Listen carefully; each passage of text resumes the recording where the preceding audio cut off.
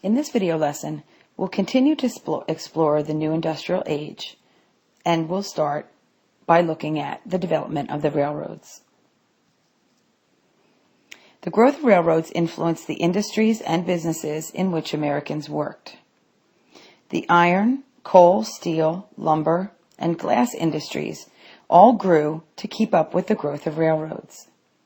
The rapid spread of the railroads also fostered the growth of towns, helping establish new markets, and offered many opportunities to people and to businesses.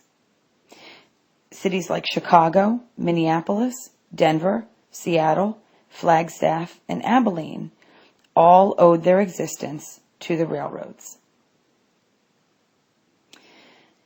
Using the old model of textile mills, a man named George Pullman built his own city for workers who helped build sleepers and railroad cars at his factory in Illinois. The town was called Pullman.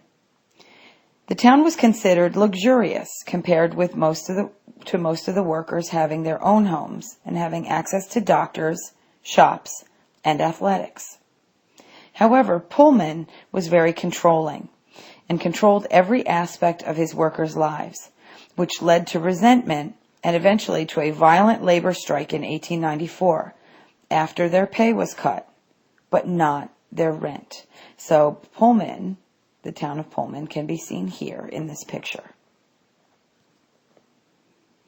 The Grange and Populist Party had tried to have the government regulate the railroads to cap the costs.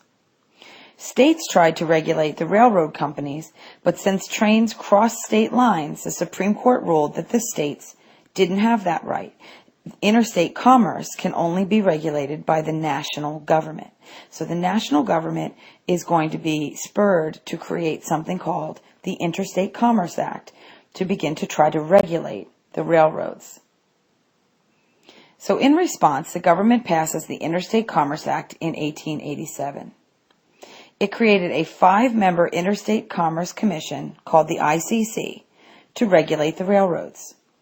It would not be effective, however, and would not gain strength until Theodore Roosevelt strengthens it in 1906.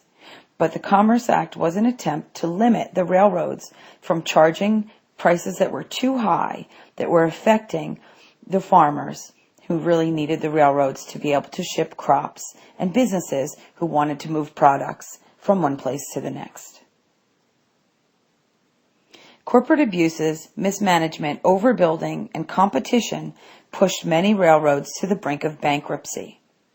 By the middle of 1894, 1/4 of the nation's railroads had been taken over by financial companies like J.P. Morgan and Company.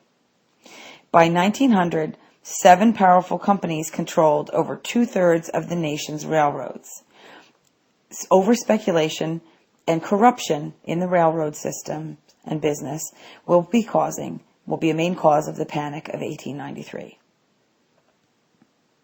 In the next section, we'll talk about big business and labor, and we'll talk about the impact of their business practices on the American public and the American economy.